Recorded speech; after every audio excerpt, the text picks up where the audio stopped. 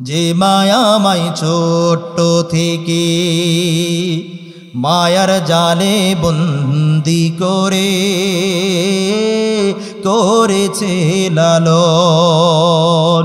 হে প্রভু তুমিও তারে তোমার আরশ ছায়ার নীরে মাকে করিও লালন, মাকে করিও লালন। আমিন বলা যায়। যে মা সদায় আমার পাশে সুখে দুঃখে থাকতো বসে, সে মায়াজি আমায় ছেড়ে চলে গেছে বহু দূরে।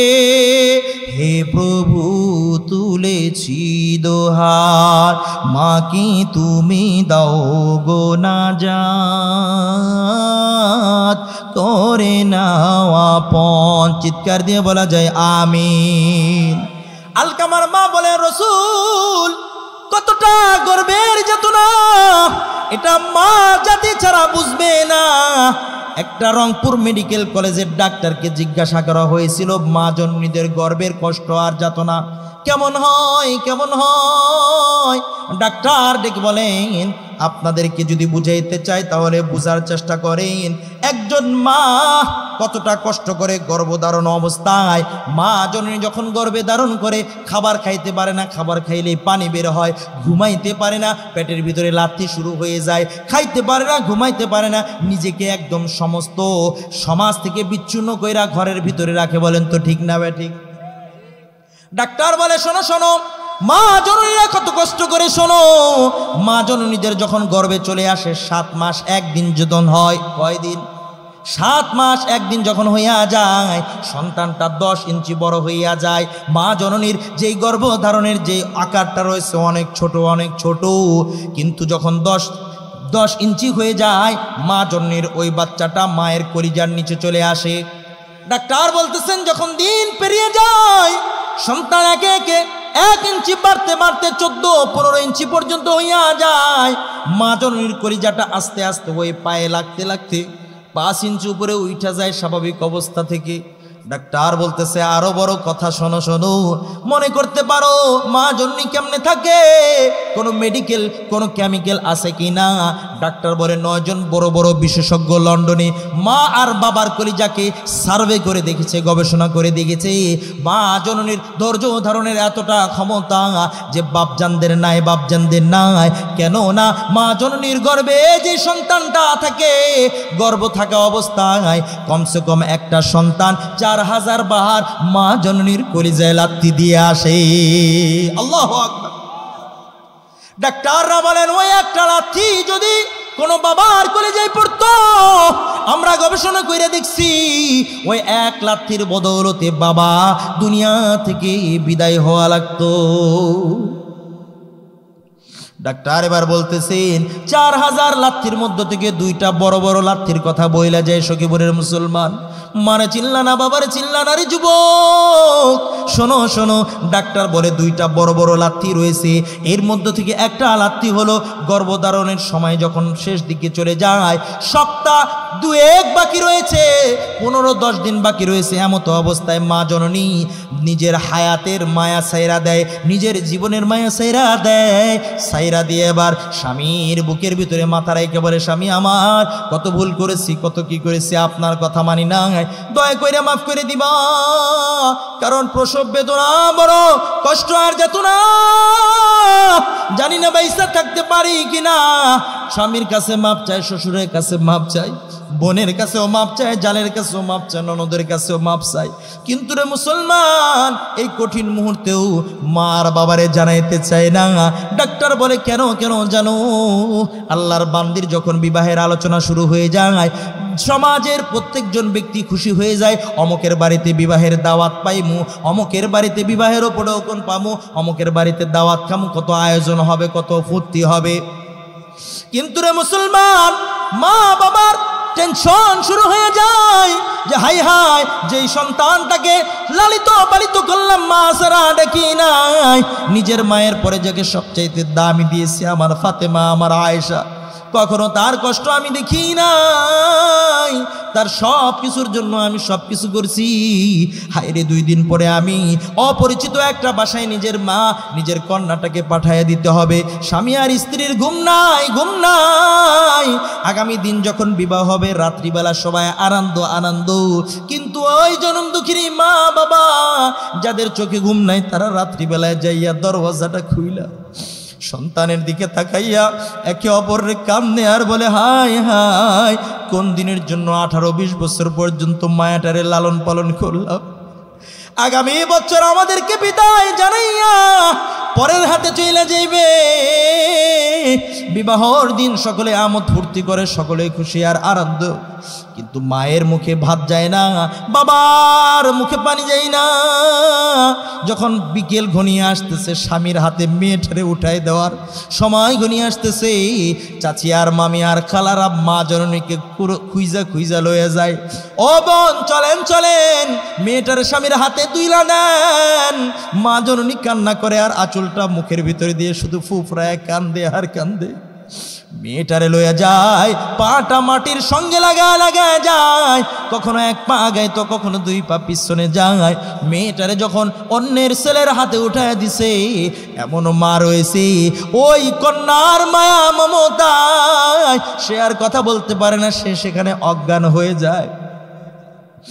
অপরদিকে অবলা বাবা মামা চাচারা যাইয়া তালাশ কইরা বাবারে লইয়া আসে, মেয়েরে বিদায় দিতে হবে। ভাইজান চলেন চলেন, বিকেল হয়ে যাইতেছে, বরেরা চইলা যাইবে, চলেন চলেন মেয়েটারে বিদায় দিয়ে আসি। যেই বাবা বীরের মতো পুরুষের মতো জীবন যাত্রা করে, ওই বাবার মুখে কোনো কথা নাই, চেহারাটা মলিন।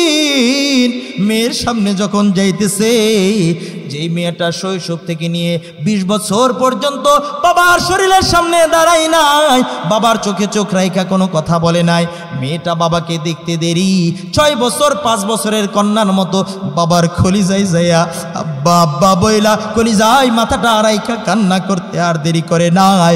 বাবা অবলা ব্যক্তির মতো কখনো ডানে তাকায় বামে তাকায়, চোখের পানি পড়তেছে, মায়ের আর কোনো কিছু বলতে পারে না।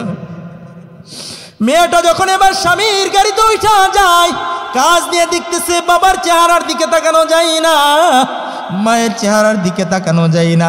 কন্যাটা এবার দিলে দিলে চিরপ্রতিজ্ঞাবদ্ধ করে হাই স্বামীর ঘরে যায় যত কষ্ট পায়, যত ব্যথা পায়, বেদনা পায়, কখনো আমার এই জনম দুঃখিনী মা বাবারে আমি জানাইব না। এই কারণে একজন কন্যা এই কষ্টের সময়ও মা বাবারে জানাই না। ডাক্তার বলে এই মা জননীর গর্ভে যখন বাচ্চা প্রসবের সময় চলে আসে, 1 নাম্বার লাথি এত জোরে মা জননীর ওই ডিম্বাণুতে আঘাত করে, মা জননীর ডিম্বাণুর একে একে 7-7টা পর্দা ফাইটা 1.5 মিনিট পর্যন্ত 1 থেকে 1.5 কেজি পর্যন্ত রক্ত প্রবাহিত হয়। মা জননীর চিৎকার কইরা পানি পানি বলে।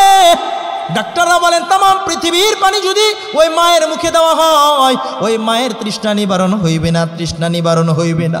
ডাক্তার বলে সবচাইতে বড় যে লাথিটা রয়েছে, যখন বাচ্চাটা প্রসব বেদনা শুরু হইয়া যায়, সন্তানের বাম ডান পায়ের বৃদ্ধাঙ্গুলি দিয়া মা জননীর কলিজায় এত জোরে একটা আঘাত করে, আঘাত হইতে দেরি মা জননী অজ্ঞান হইয়া যায়। আমার রব কুদরতি নূরের পর্দার মাধ্যমে সংকীর্ণ রাস্তাটাকেই প্রশস্ত কইরা ওই সন্তানটা যখন জমিনে ভূমিষ্ঠ হয়, ডাক্তার বলেন জমিনে ভূমিষ্ঠ হওয়ার পর ওই বাচ্চার জবান দিয়ে আল্লাহ তাআলার কুদরতিতে এমন একটা অদ্ভুত শব্দ হয়, আম্মা আম্মা কইরা যখন ডাক দেয়, মা জননীর কান দিয়ে যখন ওই আওয়াজটা যায়, মা জননীর কলিজা যেটা ফাইটে গেছিল, কুদরতিভাবে মা জননীর কলিজাটা ওই সন্তান যত চিৎকার করে কান্না করে, মা জননীর ওই কলিজার ফাটাটা আস্তে আস্তে শিলাইবদ্ধ হয়ে যায়। আল্লাহু আকবার।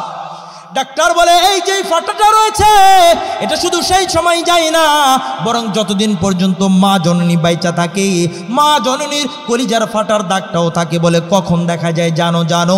সন্তান যখন সঙ্গে থাকে মা জননীর কলিজাটা ঠিক থাকে, আর সন্তান যখন প্রবাসে চইলা যায় লেখাপড়া করার জন্য চইলা যায় মা জননীর কলিজার ওই ব্যথাটা বৃদ্ধি পেয়ে যায়। বলেন না আল্লাহু আকবার। রব্বির হামহুমা কামা রব্বায়ানি সগীরা। পৃথিবীতে আল্লাহ এবং আল্লাহর নবীর পরে সবচাইতে একজন মানুষ আরেকজনকে ভালোবাসেন তিনারা কারা? মা বাবা। বলেন না কারা? মা বাবা ছাড়া কে কে আছেন? হাত উঠান তো দেখি, আসি কেউ? তো মা বাবা আসল। তো পৃথিবীতে সবচাইতে বেশি মোহাব্বত একজন মানুষ আরেকজনকে যারা করে তার নাম কি? আপনারা রাজি না? মানে মা বাবার চান না? কে? জোরে বলেন কে?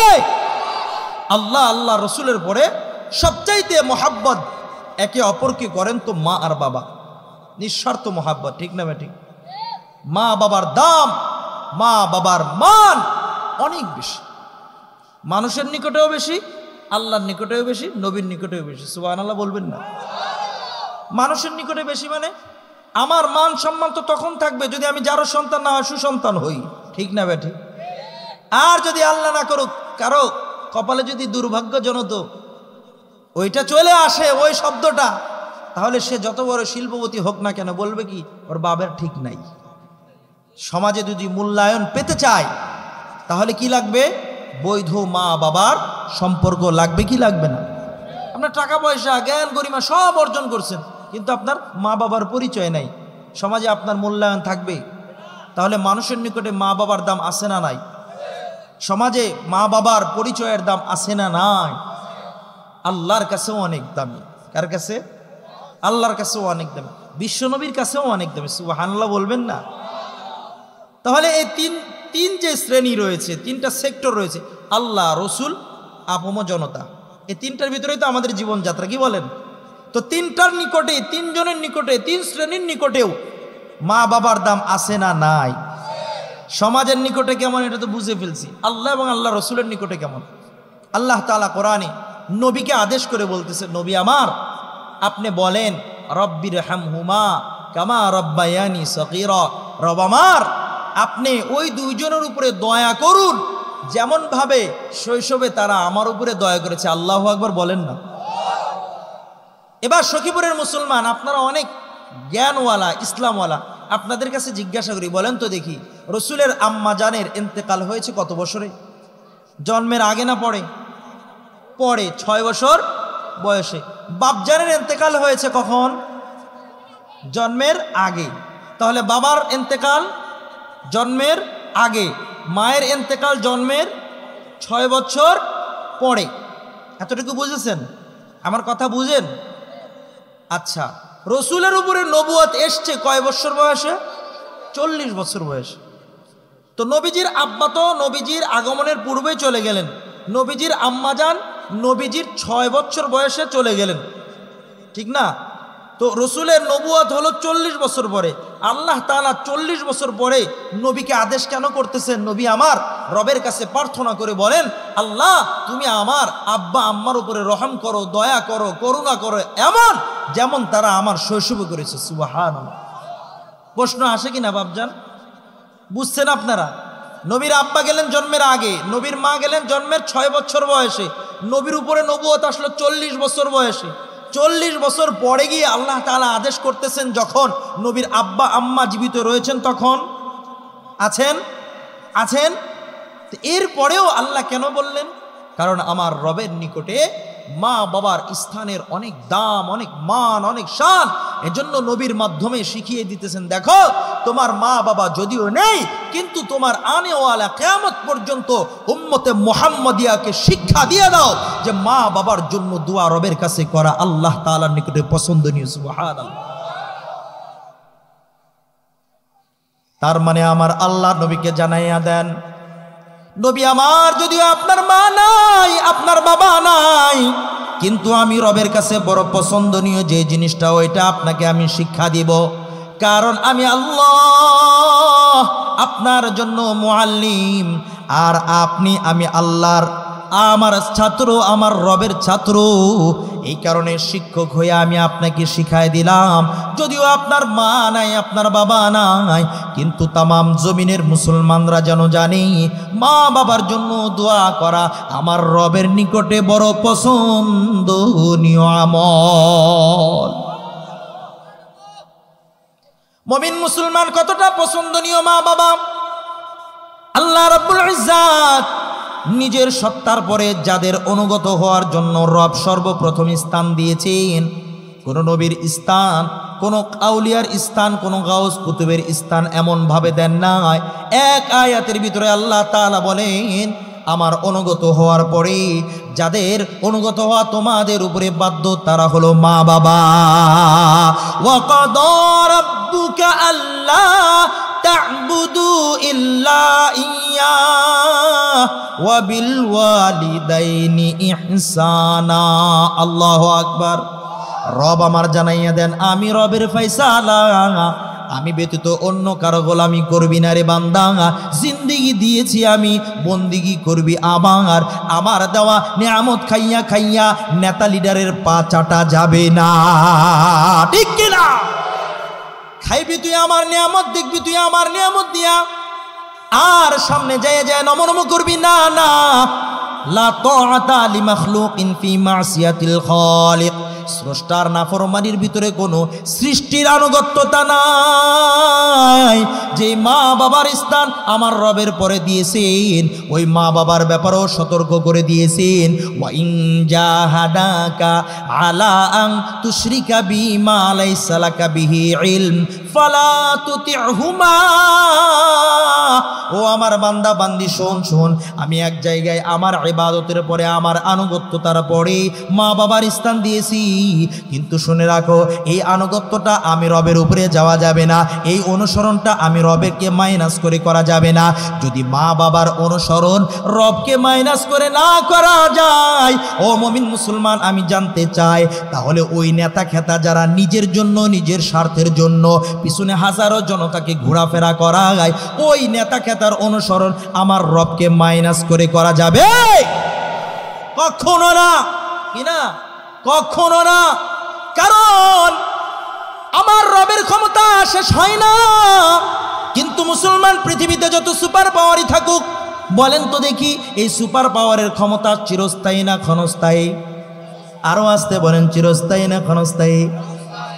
যদি গাদ্দাফির দিকে দেখি 40 বছর পার কইরা কিন্তু গেছে গা, ট্রাম্পও চলে গেছে, জো বাইডেনও চলে গেছে, আবার আসছে।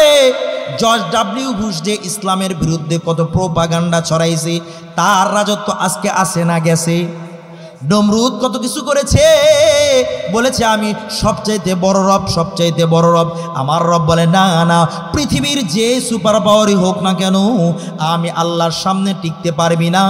ক্ষমতার মিয়াদ, ক্ষমতার একটা পরিপূর্ণ একটা পরিণাম রয়েছে, সংখ্যা রয়েছে। এই সংখ্যা যখন শেষ হয়ে যাবে, পানির মাধ্যমে তোকে আমি ডুবাইয়া মারবো, মৌমাছির মাধ্যমে, মশার মাধ্যমে ডুবাইয়া মারবো, মাটির দ্বারা তোরে গ্রাস করে মারবো, মুআজ আর মুআব্বাজের মাধ্যমে তোরে দুনিয়া সারা করব। ঠিক তেমনি ভাবে যুবক বন্ধুদের মাধ্যমে বাংলার জমিনকে কুলুষিত থেকে মুক্ত করবে, ঠিক না বেঠি? ক্ষমতার বাহাদুরি টিকে না তো চিরকাল, সময়ের সাথে হয় রে বিলীন, ঠিক কিনা? শুনে রাখো জালিমেরা সব জুলুমের ফল পাবে একদিন, ওরে পাবে একদিন। ফেরাউন নমরুদ বাঁচেনি তো চিরদিন, ধ্বংস হয়েছে তার ক্ষমতা, ঠিক কিনা? তবে আজ জালিমের বসবাস পৃথিবীতে, পাষাণ বুকে নেই কোনো মমতা, ঠিক কিনা? তাই তো মানুষ মেরে তারা উল্লাস করে, জুলুমের মাত্রাটা আজও সীমাহীন, আজও সীমাহীন। মানুষ মাইরা মাইরা ভিডিও দেখায় আর বলে দেখেন মারে একটারে আবার আরেকটা আসে। তার মানে হলো তাদের নিকটে মানুষের রক্তের কোনো দাম নাই। নিজের সামান্য স্বার্থের জন্য ক্ষমতার লোভে পড়িয়া মোহে পড়িয়া 2000+ ছাত্র ভাইদেরকে জনতাকে দুনিয়া থেকে বিদায় করেছে, আর 70,000+ আল্লাহর বান্দা বান্দিকে পঙ্গু করে আজকে তারা পঙ্গু হসপিটালে কষ্ট আর যাতনা করে, কেউ চোখ হারাইছে, কেউ হাত হারাইছে, কেউ মাথার মস্তিষ্ক হারাইছে, কেউ স্মৃতিশক্তি হারিয়ে ফেলছে। এটা বাস্তব না অবাস্তব? বাস্তব না অবাস্তব? তার মানে রে মুসলমান, জুলুমের মাত্রা আজও সীমাহীন, ঠিক না বেঠি? কেউ চুরি করছে এলাকায়, তারা চোর কইবেন না? হ্যাঁ, চুরি করলো, ক্ষতি হইল না, দোষ হইল না। কেউ যদি তার চোর কয়, সে যদি দোষী হয়, তাহলে কি ভবের মহলক চলতেছে না? কেউ মারছে, এটাও বলা যাবে না। কেউ খাইছে দুর্নীতি কইরা, হাজার হাজার কোটি টাকা পাচার করছে, এটাও বলা যাবে না। খাইলা খায়া খায়া প্রত্যেকের মাথার উপরে 3 লাখ 3.5 লাখ টাকা এখন ঋণ আছে প্রত্যেকের, এখানে প্রত্যেকের, না ধরছি না খাইছি না শুইছি, কি বলেন, প্রত্যেকের মাথার উপরে 3 লাখের উপরে ঋণ এক একজনের। দিয়া পয়সা খাইয়া টাইয়া আনন্দ ফুর্তি করলা, এখন তোমরা চুরি করছো, ধরা খাইছো, চোর বলা যাইব না? আছে না নাই? মায়া কান্দনি প্লেয়ার আছে না নাই? হ্যাঁ, চুরি করলো 17 বছর, কোয়া যাইব না। চুরি করছো তুমি, আমার আর তোমারটাই। আল্লাহ হেফাজত করে, বলেন আমিন। আরো আসতে বলেন আমিন। তো রব বইলা দিলেন, বন্দিগি করবি তো আমার বিরুদ্ধে, আমার কোরআনের বিরুদ্ধে, আমার কোরআনের হামিলিনে কোরআন উলামায়ে কেরামের বিরুদ্ধে যদি কেউ অবস্থান নাই, খোদার কসম করে বলি, আমার রবের ফরমান তাদের অনুসরণ করা যাবে? কখনো করা যাবে না। আল্লাহ আমাদেরকে বুঝদান করে, বলেন আমিন। তো আল্লাহর নিকটে মা বাবার দাম কেমন? বলে আমার পরেই অনুসরণ যদি কাউকে করো, মা বাবাকে করতে হবে। সুবহানাল্লাহ বলবেন না? নবী আমার জানাইয়া দেন, আল্লাহর কাছে সন্তুষ্টি যদি পাইতে চাও, নবীর কাছেও যদি সন্তুষ্টি পাইতে চাও, মা বাবার সন্তুষ্টির মাইনাস কইরা পাইবা না। আল্লাহু আকবার। আল্লাহ সন্তুষ্ট তখন, মা বাবা সন্তুষ্ট যখন। যার উপরে মা বাবা সন্তুষ্ট নয়, হাজারো ইবাদত করলেও আমার রব তার প্রতি সন্তুষ্ট হবেন না। নবী আমার বলেন, রিদার রব্বি ফি রিদাল ওয়ালিদ, মা বাবার সন্তুষ্টি আল্লাহ তাআলার সন্তুষ্টি। আল্লাহ রসুল অন্য একটা রিওয়ায়াতে বলেন, মান রাদি আনহু ওয়ালিদুহু ফা আনা আনহু রাদিন, যার প্রতি তার মা বাবা সন্তুষ্ট, আমি বিশ্ব নবী তার প্রতি সন্তুষ্ট। তাহলে আল্লাহর সন্তুষ্টি মা বাবার সন্তুষ্টির সঙ্গে না বিরোধ? সঙ্গে। নবীর সন্তুষ্টি মা বাবার সন্তুষ্টির সম্পৃক্ত। কেমন সম্পৃক্ত? কেমন সম্পৃক্ত? এখানে অনেকে রয়েছেন ব্যবসায়িক ভাই, ব্যবসার ভিতরে কখনো লাভ কখনো লোকসান হয় কি হয় না? কিন্তু আমার রব জানাইয়া দেন, ও আমার বান্দা বান্দি শোনো, 3টা ব্যবসা এমন রয়েছে যেই ব্যবসার ভিতরে কোনো লস নাই, এর মধ্যে থেকে একটা বইলা যায়, একটা বইলা যায়। তার নাম হলো আকামুস সালাহ, নামাজ আদায় করা, আল্লাহ তাআলার জন্য ইবাদত করা। যেই বান্দা আল্লাহর জন্য ইবাদত করবে, আল্লাহ তাআলা বলেন তিজারাতাল লান তাবুর, এমন একটা ইবাদত সে করে যে ইবাদতের ভিতরে কোনো ধরনের লসের আশঙ্কা নাই। আল্লাহু আকবার। পূর্ববর্তী উম্মতের একজন আবেদ ছিল, বড় একজন আবেদ। বুখারী মুসলিম শরীফের ভিতরে রিওয়ায়াতটা আসছে, যার নাম হলো ইবনে জুরাইজ, বড় ইবাদতকারী ব্যক্তি, বড় জাহেদ ব্যক্তি, আল্লাহর বান্দা। দুনিয়ার ভিতরে ব্যবসা করতো, ব্যবসা সে দেখলো হায় হায় ব্যবসার ভিতরে কখনো লাভ কখনো লোকসান, চান্দিটা গরম হয়ে থাকে, মন মেজাজ ভালো থাকে না। সে তাওরাত কিতাবের ভিতরে পাইলো হায় হায় যদি কেউ একটা ইবাদত করতে পারে, এটা এমন একটা ব্যবসা, এমন একটা ব্যবসা, এই ইবাদতের মাধ্যমে, ব্যবসার মাধ্যমে কোনো লোকসান হওয়ার আশঙ্কা নাই। আল্লাহর বান্দা দুনিয়ার ব্যবসা ছাইরা দিয়া আখিরাতের ব্যবসারে ধরছে, কারণ আল্লাহ তাআলার ওয়াদা তিজারাতাল লান তাবুর, যে ব্যবসার ভিতরে কখনো কোনো লস নাই ওই লসযুক্ত ব্যবসাকে চাইরা লস মুক্ত যে ব্যবসা এটাকে ধারণ কইরা আল্লাহর বান্দা একটা খানকা বানাইছে, ঘর বানাই আল্লাহ তাআলার ইবাদত করে। দুনিয়ার কোনো বান্দার সঙ্গে তার সম্পর্ক নাই, সামান্য একটু আহার করে আবার যায় আল্লাহর ইবাদত করে, আবার আহার করে আবার যায় নামাজে দাঁড়ায়, আবার জিকির করে। আছে না নাই এমন বান্দা? কখনো পীর মাশায়েখদের দরবারে যাইয়া দুনিয়ার সকল জায় ঝামেলা ছাইরা দেয়, কখনো উলামায়ে কেরামের খিদমতে যায় পইরা থাইকা দুনিয়ার যত জায় ঝামেলা আছে, গুনাহের কাজ আছে, সব ছাইরা দিয়া আল্লাহর জন্য একনিষ্ঠ হয়ে যায়। আর এলাকার লোকজন বলে 2 দিনের দরবেশ হয়ে গেছে। এমন আছে না নাই? আছে না নাই? তো আল্লাহর ওই বান্দা দুনিয়ার ব্যবসা ছেড়ে দিছে, ছেড়ে দিয়ে এবার ছোট্ট একটা ঘর বানায় সেখানে ইবাদত করে। এলাকার মানুষের অ্যালার্জি শুরু হয়ে গেল। হাই হাই, সে আগে গাজার আসরে বসতো, জুয়ার আসরে বসতো, মা বোনদের ইজ্জত হানি করার জন্য ষড়যন্ত্র করত। অমকের জমিনের আইল, অমকের জমিনের নকশা খতিয়ান কিভাবে চেঞ্জ করা যায় তার জন্য বুদ্ধি পরামর্শ দিত। কিন্তু আজকে হক্কানি মাশায়েখ, পীর মাশায়েখ চরমনায়ের ময়দানে যাইয়া, উজানির ময়দানে যাইয়া, ওলামায়ে হক্কানির দরবারে যাইয়া সে এগুলো থেকে বিরত হয়েছে। তার মানে হাই হাই, আমাদের বন্ধু মহলের একজন কইমে গেছে, তারে সারা যাইব না। আছে না নাই? আছে না নাই? হাতে হেন যায়, এত কিছু শিখছে, মাহফিলে গেলেই তো হাই আমাকে তাসের আড্ডা আইতো না, জুয়ার আড্ডা আসবো না, ডলাডলির আড্ডা আইতো না। তো কি করা যায়? এরা কেমনে বাইন্দা রাখা যায়? বিভিন্ন চক্রান্ত করে, কি করে না? এবার ওই জামানায় ওই ব্যক্তির বিরুদ্ধে এবার চেমিগুই শুরু হয়ে গেছে। একজন আর একজনকে, হ্যাঁ দেখ এটা ঠাসা দরকার। এমন ঠাসা গত কিছুদিন পূর্বে করছে, কি করে নাই?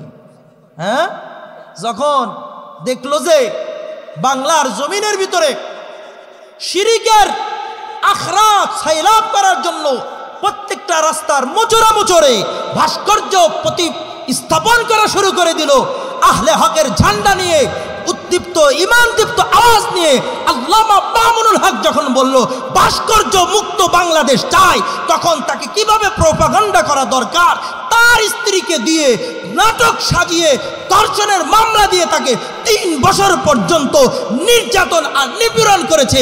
আওয়াজ দেওয়া বলো ঠিক না বেঠি? তো ওইটা কি গেলে ওই জামানায় ছিল না? এই জামানায় আছে। হ্যাঁ, ওলামায়ে কেরামকে যদি তলাশাই নিতে হয় তাহলে নারী লাগাই দাও। আছে না নাই? হ্যাঁ, ওই ব্যক্তিকেও এবার চিন্তা করলো যে আমরা তো এমনি সামনে পারবো না, দেখি কেউ পাই কিনা। তারা যখন এই কুপরামর্শ করতেছিল, তাদের পাশ দিয়ে একটা নারী, রমণী নারী, সুন্দর একটা নারী যাইতেছে আর বলতেছে, এই শোনো শোনো, তোমরা যা চাইতেছো আমি তোমাদেরকে সাহায্য সহযোগিতা করব। কারণ বনি ইসরায়েলের সবচাইতে বড় ফিতনা ছিল নারী। আমার নবীও বলে যান, এই জামানায় আমার উম্মতের জন্য সবচাইতে বড় ফিতনা যেটা, তার মধ্য থেকে অন্যতম হলো নারী জাত। বলেন ঠিক না বেঠি? পৃথিবীতে মৃত্যুকে ভয় করে না এমন কেউ আছে?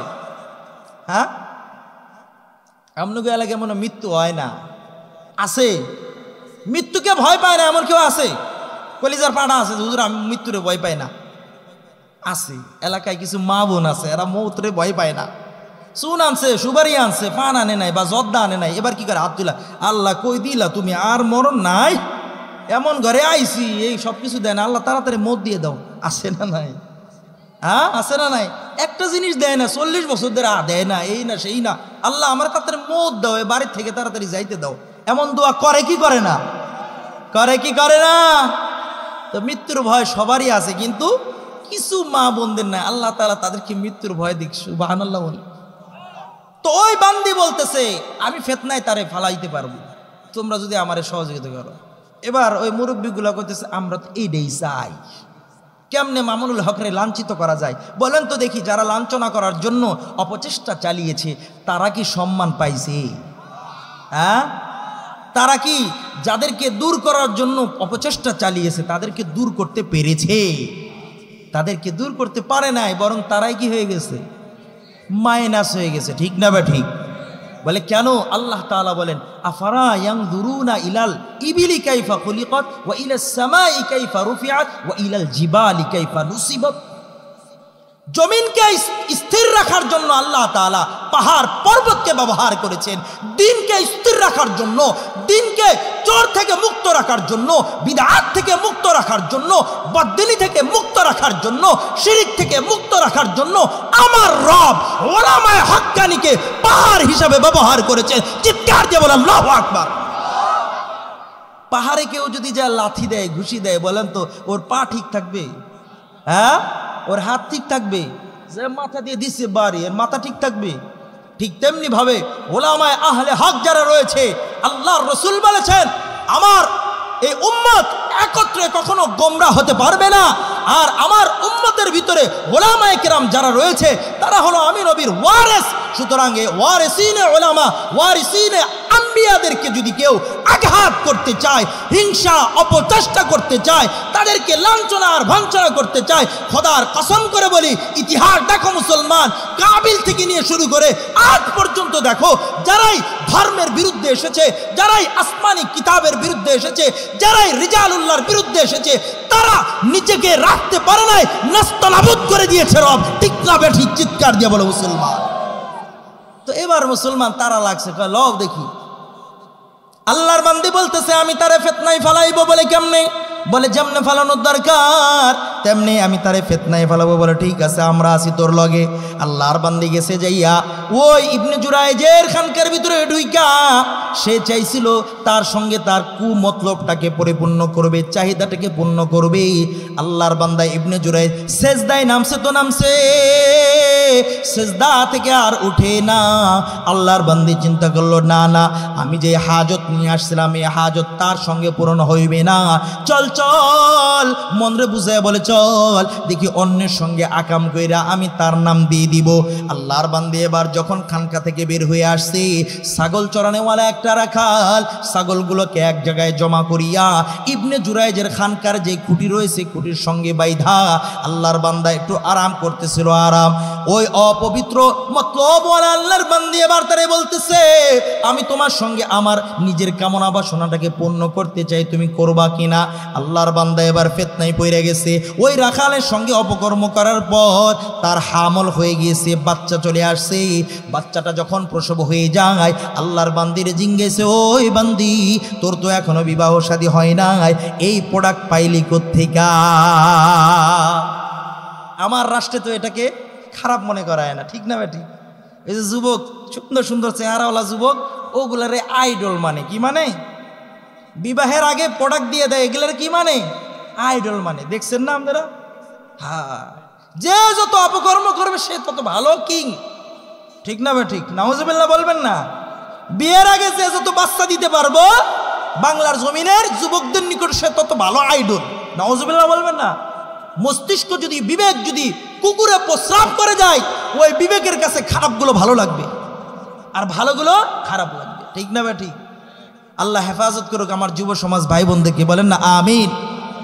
এবার তারে বলতেছে কি রে, মিন আইনা ওয়াজাতি, কোথায় পাইছিস? আল্লাহর বান্দি বলে মিন ইবনে জুরাইজ।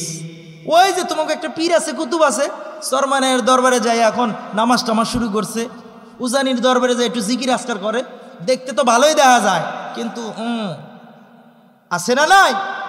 হ্যাঁ, এবার সকলে মিলে ওই যে যারা অপকৌশল করছে, বুখারীতে আছে এই হাদিসটা, তারা সবাই মিলে যায় ওরে ঘাটটা ধরে নামাইছে, নামায়া তার খান কামানকা সব বাইঙ্গা এরে পিটানি শুরু করে দিছে। আল্লাহর বান্দা ইবনে জুরাইজ বলে মা শানুকুম ইয়া ইখওয়ান, ও আমার ভাইরা কি হইলো, কি হইলো? আমারে কেন এত পিটাইতেছো, আমারে কেন মারতেছো? বলে চুপ, আগে মায়ের লই এরপরে। ইবনে জুরাইজ বলে ভাই যা হওয়ার তা করবা, সমস্যা নাই, আমাকে বলো কি হয়েছে। এবার ওই লোকগুলো, এলাকার লোকগুলো বলে এই সন্তান তোর থেকে হয়েছে, তুই না বড় পীর সাহেব, নামাজ আর রোজা ছাড়া কিছু বুঝোস না, তো এই মহিলার লগে অপকর্ম করলি কেন? আল্লাহর বান্দা ইবনে জুরাইজ বলে ভাই যেই সন্তান এই বান্দির পেট থেকে জন্ম লাভ করেছে ওই বাচ্চাটাকে নিয়ে আসো, আমি এর মাঝে 2 রাকাত নামাজ পড়বো। আল্লাহু আকবার। মুমিন মুসলমান যখন এই বিপদে পড়বে, আল্লাহ রসুলের একটা আদর্শ হলো বিপদ পড়তে দেরি, রবের কদমে সেজদা দিতে দেরি নয়। আর যে সমস্ত বান্দা বান্দিরা রবের কদমে সেজদা না দেয়, খোদার কসম করে বলি কোটিপতি হইতে পারে, কিন্তু তাদের জিন্দেগি আর সংসারে সামান্যতম সুখ না, তাদের সংসারে সুখ নাই। আল্লাহর বান্দা ইবনে জুরাইজ রবের সঙ্গে সম্পর্ক কইরা তাওয়াক্কুল কইরা ওই বাচ্চাটার শরীরে পেটের ভিতরে একটু আঙ্গুলটা নাড়ায়া বলতেছে, মান আবুকা ইয়া ওয়ালাদ, এই শিশু বল বল তোর আব্বাকে। ও মুমিন মুসলমান, আল্লাহ রাব্বুল ইজ্জাত আমাকে আর আপনাকে যেমন কথা বলার শক্তি দিতে পারে, বলেন তো দেখি কোলের শিশুকে কথা বলার শক্তি দিতে পারে কি পারে না? কোলের শিশুর পেটে একটু আঙ্গুলটা লাগানো দেরি, এ বলতেছে ফুলানুর রয়, আল্লাহু আকবার। ওই যে দেখা যায় ছাগল চরানোওয়ালা রাখাল, সে আমার বাবা, সে আমার বাবা, বলতে দেরি, বলতে দেরি। এলাকার সকলের নাকে মুখে যখন চুনকালি মেখে গেছে, সকলে আইসা পায়ে পড়ে বলতেছে, ইবনে জুরাইজ আর নয়, আর নয়, আমরা যে খানকা তোমার ভাঙছি ওই খানকাটা আমরা স্বর্ণ দিয়ে বানায় দিব, রূপা দিয়ে বানায় দিব। ইবনে জুরাইজ বলে, না না, যা হওয়ার হয়েছে আমি তোমারে মাফ করে দিলাম, আমার খানকা যেমন বাঁশ আর কাঠের মাধ্যমে নির্মাণ ছিল তেমনই করো। তবে শোনো শোনো, আজকে যে ঘটনা ঘটেছে এটার জন্য তোমরা দায়ী না, আমি নিজেই দায়ী। বলে এটা আবার কেমনে? বুঝলাম না, বুঝলাম না। বলে আমি আমার ব্যবসা বাণিজ্য চাইরা রবের সঙ্গে সম্পর্ক করার জন্য খানকার ভিতরে ইবাদত শুরু করছি, ইবাদত। দুনিয়ার কোনো মানুষের সঙ্গে আমি সম্পর্ক রাখি নাই। আমি একদিন নামাজ পড়তে দাঁড়াইছি, এমতো অবস্থায় আমার মা এসে বলে, ইবনে জুরাইজ, ও আমার সন্তান জুরাইজ, আয় আয়, আমি তোর লগে কিছু কথা রয়েছে।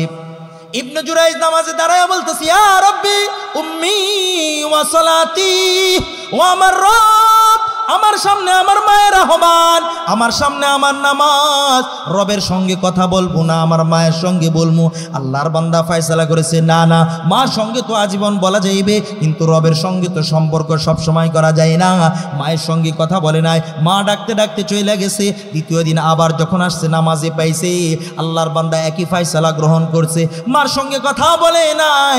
তৃতীয় দিন আবার যখন এমনই ফয়সালা হয়েছে, আল্লাহর বান্দার আম্মা জানেবার রবের কাছে দোয়া কইরা বলে, আল্লাহ, এই যে সন্তানটা এটা আমার সন্তান, ইবনু জুরাইজ ইবনুল্লি, আমি তার সঙ্গে কথা বলতে চাইছি কিন্তু সে আমার সঙ্গে কথা বলে নাই। ওগো আল্লাহ, আমি তোমার কাছে দোয়া করে যাই, আল্লাহুম্মা লা তুমিতুহু হাত্তা ইয়ানজুরা উজুহাল মুমিসাত। আল্লাহু আকবার। আল্লাহর বান্দা বলেন, ওগো আল্লাহ, যেহেতু আমার সন্তান আমার সঙ্গে কথা বলে নাই, আমি তোমার কাছে দোয়া করে যাইতেছি, এই সন্তান যতদিন পর্যন্ত কোনো ব্যভিচারী নারীর চেহারা না দেখবে ততদিন পর্যন্ত তুমি তারে মৃত্যু দিও না। আল্লাহর বান্দা বলে, আমার মা যেহেতু ব্যভিচারী নারীর ব্যাপারে দোয়া করেছিল, আমি তার ফরমান না মানার কারণে, এই কারণে আজকে এই ঘটনা ঘটেছে, এই কারণে আর কোনো কথা নয়, যাও যাও, আমার ওই খানকাটা যেমন ছিল তেমনই বানায় নাও। আল্লাহু আকবার। তার মানে হলো একদিক রবের সঙ্গে কথা, কারণ আমার রব জানাইয়া দেন, কসসমতুস সালাতা বাইনি ওয়া বাইনা আবদি নিসফাইন, আমি নামাজটাকে দুই ভাগে বিভক্ত করেছি, দুই ভাগে বিভাজন করেছি। এক ভাগ আমি রবের, আরেক অংশ হলো আমি আমার বান্দার জন্য রাখছি। বান্দা যখন বলবে আলহামদুলিল্লাহি রাব্বিল আলামিন, রব আমার উত্তর দিয়ে বলে, হামিদানি আব্দি। আল্লাহু আকবার। তার মানে হলো, নামাজে থাকো বান্দা, যেখানেই থাকো, মা যদি ডাকে, বাবা যদি ডাকে, রবের সঙ্গে কথা বলাকে ত্যাগ কইরা যাওয়াটা আমার রব পছন্দ করে, কিন্তু মা বাবার সঙ্গে সম্পর্ক ত্যাগ কইরা রবের সঙ্গে সম্পর্ক করাটাকে আল্লাহ তাআলা পছন্দ করে না। আল্লাহু আকবার। তাহলে মা বাবার দাম রবের নিকটে আছে না নাই? এর মানে আবার এটা না যে ফরজ নামাজ ছুটতে যাইবে গা, এই পাকনামি করেন না। আবার আছে না নাই কিছু পাকনা মুসল্লি, হুজুর একটু বইলা যায়, এটারে কি করে লম্বা করে নিজের জন্য বানায় নেয়, সুখের সময় সব শুনে, একবার টাকা পাইবে, কি পাইবে? টাকা পাইবে, দুইজনই দুইজনের কাছে টাকা পাইবে। একজন যখন বলে হে শোনে না, কি কি কি ভাই কি কি, আবার এবার কৌশল করে যে পাইবে, যার থেকে কিছু পাইবে, হে কইতেছে তুমি না আমার থেকে 5 টাকা পাও, আমার টাকাটা কবে দিবা? আছে না নাই? পণ্ডিত মাসরা মুসল্লি আছে না নাই? তো আল্লাহর বান্দা, মা বাবার মোহাব্বত আমার রবের নিকটে বেশি না কম? আরো আসতে বলেন, অনেক বেশি। এই জন্যই তো আল্লাহ রসুল বলেন মা বাবা উভয়কে মোহাব্বত করতে হবে। মাকে মোহাব্বত কইলা বাবাকে মাইনাস করে দিবে, এটাও চলবে না। রসুলের সাহাবী হযরত আবু দারদা রাদিয়াল্লাহু তাআলা আনহু বলেন, সামি'তু রাসূলুল্লাহি সাল্লাল্লাহু আলাইহি ওয়াসাল্লাম ইয়াকুল আল ওয়ালিদু আবওয়াবু আওসাতিল জান্নাহ। চিৎকার দিয়ে বলেন না আল্লাহু আকবার। নবী আমার জানাইয়া দেন, ও আমার উম্মতেরা শোনো, তোমার বাবা হলো তোমার জন্য জান্নাতের মেন দরওয়াজা, মেন ফটক। জান্নাত হলো মা, আর এই জান্নাতের মূল দরওয়াজা, মূল ফটকের নাম হলো বাবা। মায়ের যেমন অনুগ্রহ রয়েছে তোমার উপরে, বাবার অনুগ্রহ কম না। গত পরশুদিনই একটা সুন্দর একটা লেখা দেখলাম, বাহির রাষ্ট্রের সম্ভবত সুদানের সন্তান হয়েছে। সন্তানের ফুসফুসির কমজোর, নিঃশ্বাস গ্রহণ করতে পারতেছে না। ডাক্তার বলেছেন আইসিইউতে রাখলেও হবে না, বরং জিন্দা কোনো ব্যক্তির ফুসফুসের মাধ্যমে তার ভিতরে নিঃশ্বাস গ্রহণ করাইতে হবে। ডাক্তার কাউরে খুঁজা পাই না, মা তো অসুস্থ অবস্থায় বেডে পড়ে রয়েছে। বাবা বলতেছে ডাক্তারকে, কাউরে খুঁজা দরকার নাই, আমার কলিজার সন্তানকে আমার ফুসফুস থেকে তাকে নিঃশ্বাস দেওয়ার সুব্যবস্থা করে দেয়। এর নাম হলো বাবা। 100 টাকা যদি কামাই করে, 99 টাকা সন্তানের জন্য ব্যয় করে, 1 টাকা বাবা ব্যয় করে। ঈদের মৌসুম যখন হয়ে যায়, সন্তানের জন্য নতুন কাপড় কেনে। স্বামী আর স্ত্রী পরস্পরের কথা বলে, কি কি কিনা যায়? স্ত্রী বলে তুমি তোমার জন্য কেন না কেন? বাবা বলে আমার সন্তানরা পড়লেই আমি সুখী, আমি খুশি। আল্লাহু আকবার। এই জন্য বাবারে মাইনাস করিস না রে যুবক। বাবা ছাড়াও তুই জান্নাতে যাইতে পারবি না। দেয়াল টপকায়া যে জান্নাতে যাওয়ার চেষ্টা করবে, বাসায় যাওয়ার চেষ্টা করবে, এলাকার লোকজন বলবে এটা এই বাড়ির সন্তান না, বরং এই কোনো ডাকাত বা চোর। আওয়াজ দিয়ে বলো ঠিক না বে ঠিক? ঠিক তেমনি ভাবে কেউ যদি জান্নাতের দরওয়াজা ফাইটটা ভাঙ্গা যদি যাওয়ার চেষ্টা করে, এও সুন্দর জান্নাতি নয়, বরং সুন্দর জান্নাতি তারা যে মা বাবা উভয়কেই সম্মান দিয়ে চলে। বলো ঠিক না বে ঠিক? কিন্তু কিছু যুবক বর্তমানে বের হয়েছে, আকসা সদীকহু, আকসা আবাহু ওয়া আদনা সদীকহু। নাউযুবিল্লাহ বলেন। যারা বাবা মাকে দূরে সরিয়ে দেয় আর বন্ধুকে কাছে টেনে নেয়, আছে না নাই? আছে না নাই? রাসূলের জামানা হয়েছিল। হযরত আলকামা রাদিয়াল্লাহু তাআলা আনহু মৃত্যু শয্যায় সজ্জিত হয়ে রয়েছে। আল্লাহ রসুলের পক্ষ থেকে 5 জন সাহাবাকে পাঠাইছেন। বেলাল ছিল, সালমানে ফারসি ছিলেন, হযরতে আলী ছিলেন। সকলে যাইয়া হযরতে আলকামার পাশে বৈশা বৈশা তালকিন দিতেছে কালিমার। জবান দিয়ে কালিমা আসে না, সাহাবী রসুলের জবান দিয়ে কালিমা আসতেছে না। বড় আজীব বিষয়, আজীব বিষয়। হযরত বেলালকে আল্লাহ রসুলের দরবারে পাঠাইয়া বলছে, যা যা আমার নবীকে যায় বইলাই, আলকামার জবান দিয়ে কালিমা আসে না। বেলালকে আল্লাহ রসুল বললেন, যাও যাও দেখো তার মা আছে কিনা, তার মারে ডাইকা লইয়া আসো। আল্লাহ রসুলের দরবারে যখন আলকামার মা উপস্থিত হয়েছে, আল্লাহ রসুল বলেন, ও ভাই, আল্লাহ রসুল বলতেছেন, ও আল্লাহর বান্দি, বলো বলো তোমার সন্তান কেমন ছিল? মা জননী যারা হয় তাদের অন্তরে অনেক মায়া, অনেক মায়া। তারা কখনো সন্তানের জন্য কষ্ট আর বরদাশকে নিজের জন্য খুশির কারণ মনে করে, দুঃখের কারণ কখনো মনে করে না। মা বলতেছে, আমার আলকামা অনেক নামাজি, অনেক রোজাদার, অনেক সদকা করে। আল্লাহ রসুল বলে, আমি ইবাদত সম্পর্কে জিজ্ঞাসা করি নাই, তার ব্যবহার কেমন ছিল ব্যবহার। কারণ নবী আমার অন্য একটা রিওয়ায়াতের ভিতরে বলে, মুমিন বান্দার আমল যেমন থাকুক, আল্লাহর বান্দারা ব্যবহারের মাধ্যমে বেশি বেশি জান্নাতে যাওয়ার প্রতিবন্ধক হয়ে যাবে। নাউজুবিল্লাহ বলেন। আমলের অভাব নাই, কিন্তু মুআমালা ঠিক নাই, অভ্যাস ঠিক নাই। আছে না নাই? দুশ্চরিত্র এরকম আছে না নাই? নামাজ পড়ে আবার অনেক যা সুদ খায়, আছে না নাই? নামাজ পড়ে আবার অন্যজনের জমিন ঠেলাঠেলি করে, আছে না নাই? নামাজ পড়ে আবার অন্যের স্ত্রীর লয়ে ভাগায়া নিজের স্বার্থ পূরণ করে, আছে না নাই? তো এই জন্য আল্লাহ রসুল বলেন, যার চরিত্র ভালো সে নবীজির সঙ্গে জান্নাতে থাকবে, আর যার আমল অনেক ভালো কিন্তু চরিত্র ভালো না, ওই মুআমালাত আর মুআশারাতের জন্য সে ফেসে যাবে। নাউজুবিল্লাহ জোরে বলেন। 99% মুসলমান ওই মুআমালাত আর অভ্যাসের কারণে ফেসে যাবে। নাউজুবিল্লাহ বলবেন না। আলকামার আম্মা বলতেছে, ওগো আল্লাহ রাসূল, আপনি আমার একটা কথা জিজ্ঞাসা করলেন, আমি আমার চোখের পানি ধরে রাখতে পারলাম না। আলকামার মা কান্না শুরু করে দিয়েছে, ফুফরিয়ে কাঁদতেছে। আল্লাহর নবী বলেন, ও বোন, তোমার সন্তান কেমন ছিল একটু বলো। মা এবার বলেন, আলকামারে বিবাহ দেওয়ার পূর্বে সে আমার অনেক ভক্ত, আমার কথা ছাড়া কোনো কিছুই করে না, কিন্তু বিবাহ দেওয়ার পর আমাকে কেমন জানি দাসী দাসী মনে করে, বাদী বাদী মনে করে, স্ত্রীর কথাটাকে প্রায়োরিটি দেয়, প্রাধান্য দেয়। ওগো আল্লাহ রসুল, এ ব্যতীত আর তার কোনো ধরনের কোনো অভিযোগ নাই। আল্লাহ রসুল বলেন, যাও যাও, তোমরা এখানে আমার সাহাবারা কিছু লাকড়ি নিয়ে আসো, আগুন ধরাইয়া দাও। আগুন ধরাইয়া বলতেছে, যদি আলকমাকে এখানে ফালানো হয় তাহলে আপনি কি আপনার আলকমাকে অগ্নি প্রজ্বলিত অবস্থায় দেখে আপনি শান্তি পাবেন? বলতে দেরি মা জন্নি বলে, ও রাসূল, এত কষ্ট করিয়া গর্ভধারণ করছি, একদিন আর 2 দিন নয়, কতদিন ঘুমাইতে পারি নাই, কতদিন খাইতে পারি নাই, কতদিন ভালোভাবে কথা বলতে পারি নাই গো রাসূল। আমার সন্তানকে যদি আমার চোখের সামনে আপনার সাহাবীকে যদি অগ্নি প্রজ্বলিত করা হয়, আগুন যদি জ্বালানো হয়, আমি গর্ভধারিণী মা এটা সুস্থ করতে পারবো না। যে মায়া আমায় ছোট্ট থেকে মায়ার জালে বন্দি করে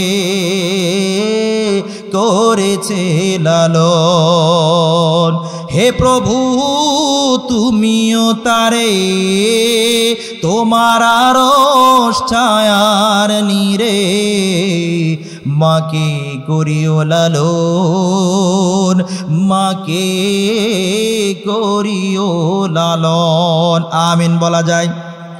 যে মা সদায় আমার পাশে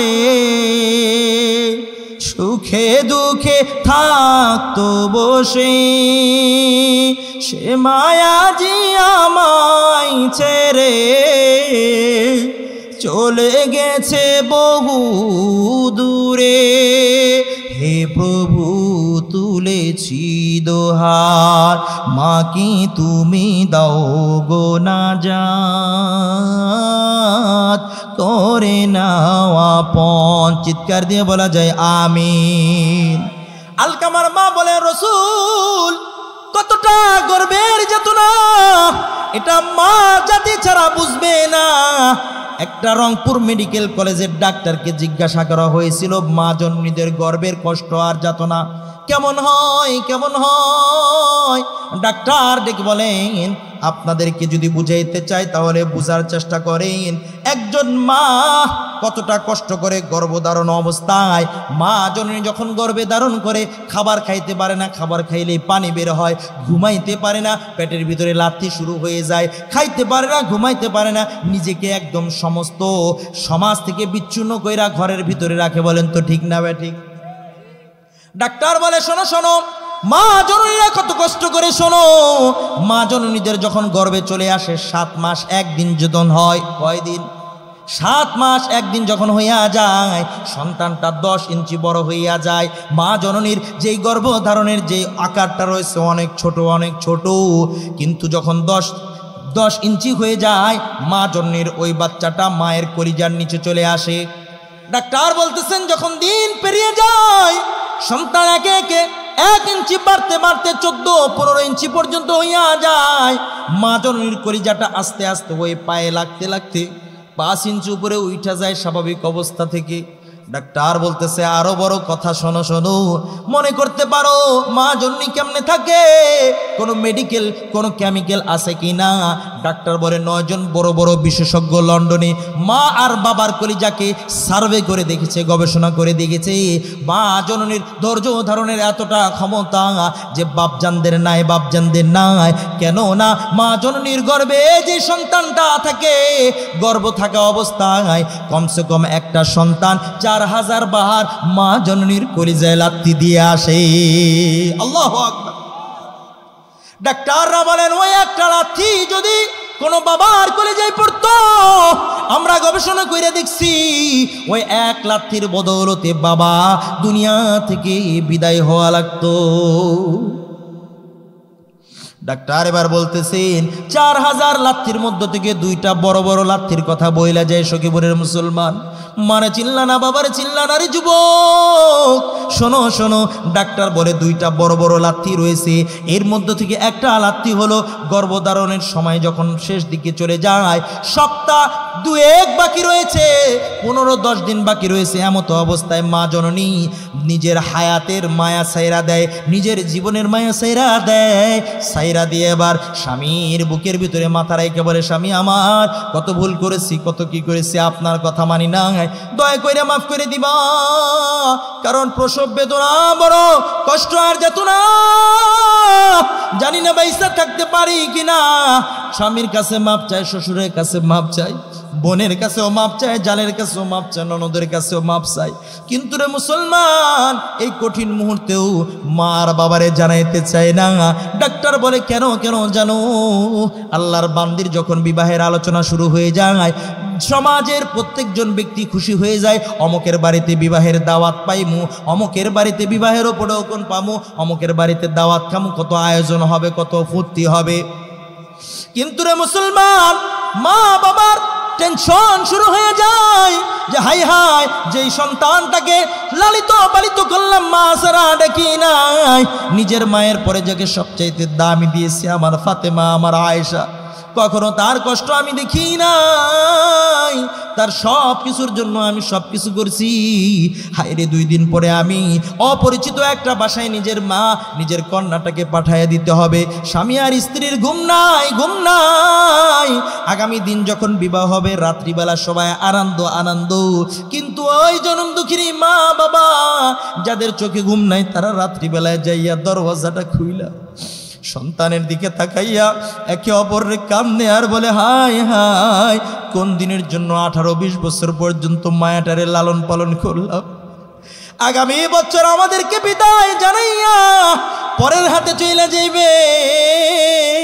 বিবাহর দিন সকলে আমোদ ফুর্তি করে, সকলে খুশি আর আনন্দ, কিন্তু মায়ের মুখে ভাত যায় না, বাবার মুখে পানি যায় না।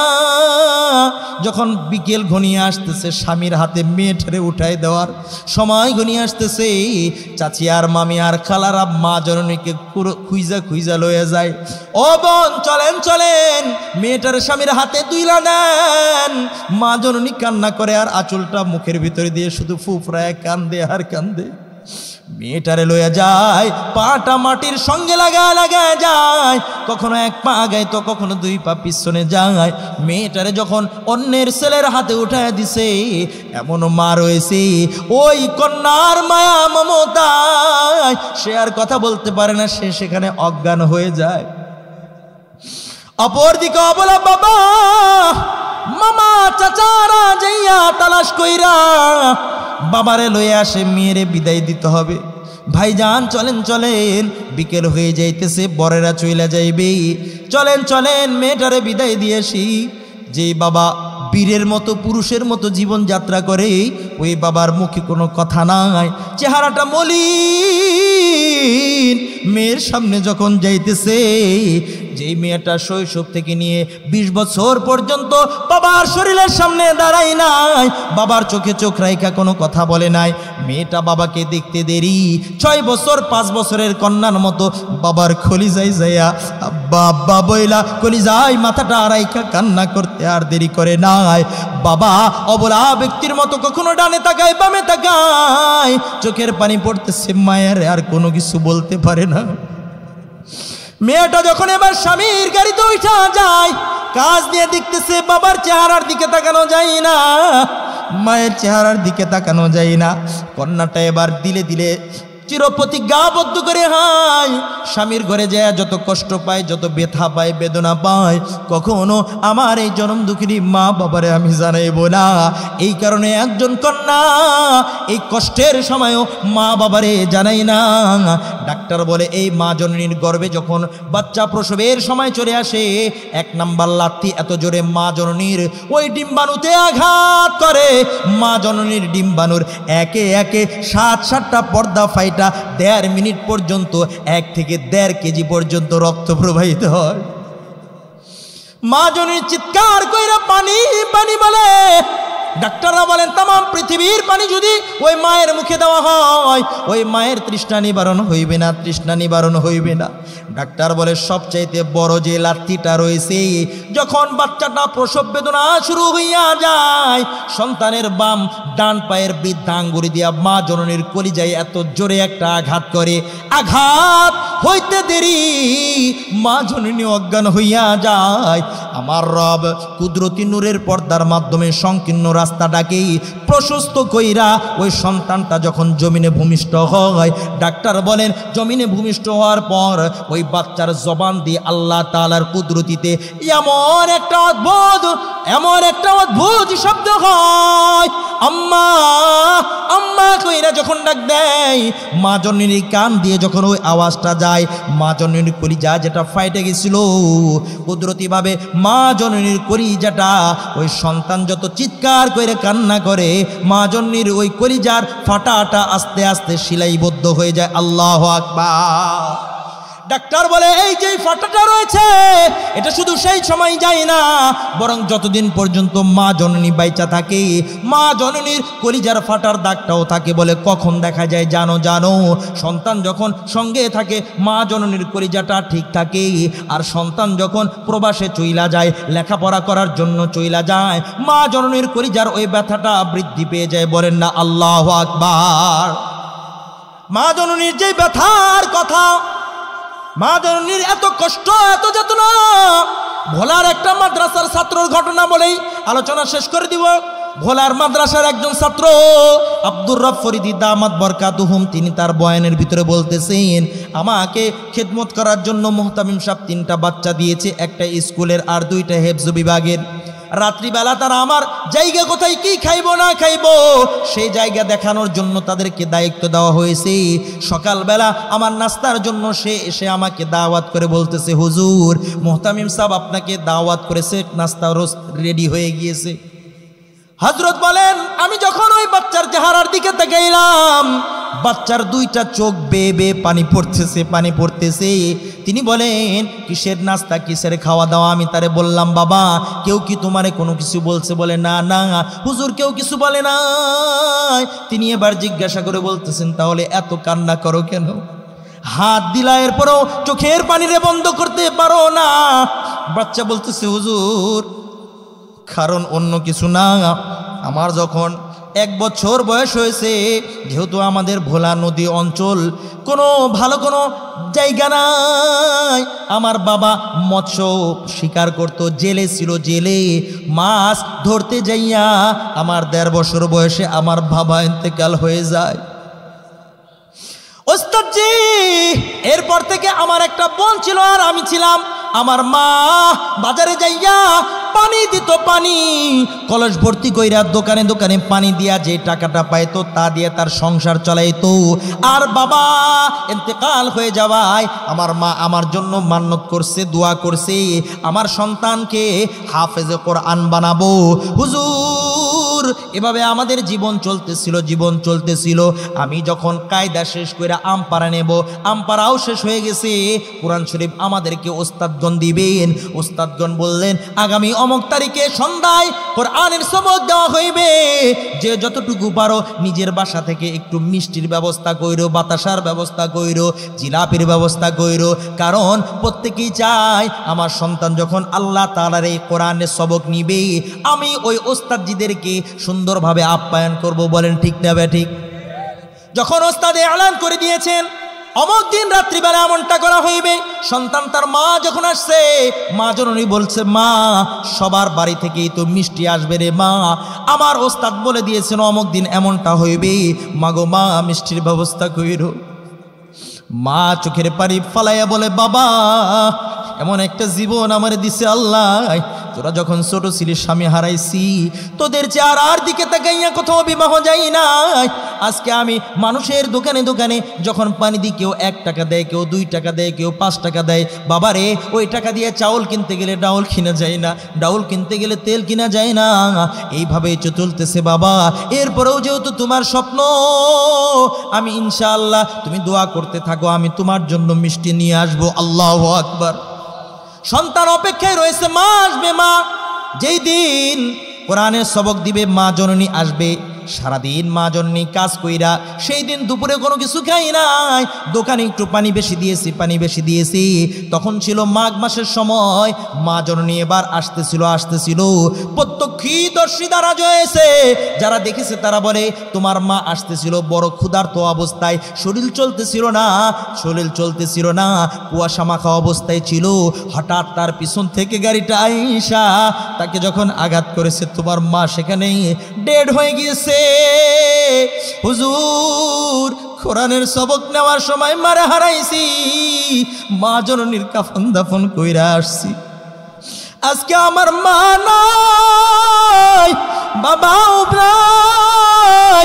হুজুর, সকলের বাবা মাহফিলে আসছে, কিন্তু আমার বাবা নাই, মা জননীও নাই। এই জন্য হুজুর আমি আমার চোখের পানি ধরে রাখতে পারতেছি না। হযরত বলেন আমি আর দেরি করি নাই, বললাম তোমার মা কোথায়, তোমার মায়ের কবর কোথায়, চলো আগে তোমার মায়ের কবর জিয়ারত করব, এরপরে নাস্তা খাইব। আল্লাহর বান্দা সকলে মিলা মুহতামিম সাহেব সহ মার কবরে যাইয়া যখন দোয়া করবে, বাচ্চা বলতেছে হুজুর আপনি দোয়া করেন, কিন্তু হুজুর বলে না, মা বাবার জন্য যখন সন্তান হাতটা দারাজ কইরা আল্লাহর কাছে দোয়া করবে আর বলবে, বলেন সবাই, রব্বির হামহুমা কামা রব্বায়ানি সগীরা, আমার রবের আরশে মুআল্লায় মঞ্জুর হইয়া যাইবে। হাই নাবালেক মাসুম বাচ্চা যেহেতু আমারে ডাইকা বলতেছে মা বাবার উপরে দয়া করতে, আমি রব আর পারি না, যা ওর মা বাবারে আমি রব ক্ষমা কইরা দিলাম। আল্লাহু আকবার।